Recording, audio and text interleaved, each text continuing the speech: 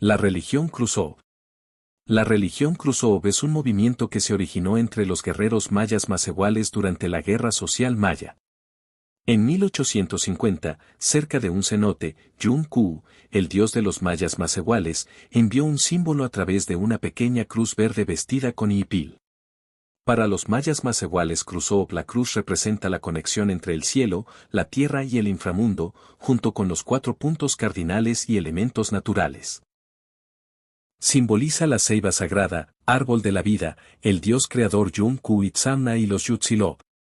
Los profetas mayas interpretaron el mensaje y unieron a los mayas para continuar su lucha. Este evento le dio esperanza y nació la nación maya macehual de Noca Santa Cruz. Los mayas macehuales rezan y hablan con su dios Yun-Ku y con los Yutzilov a través de la cruz maya. También poseen un texto sagrado secreto llamado Almatán. En ese texto se profetiza indican que se acabarán las ciudades de los extranjeros ricos y poderosos, y se permitirá a los pobres y humildes mayas fundar una civilización igualitaria en las tierras de sus ancestros. Así están escrito en el texto sagrado Almatán y esa es la voluntad divina de Yun-Ku. Esta religión Krusov sigue viva en el estado de Quintana Roo, México, y en menor medida en el norte de Belice.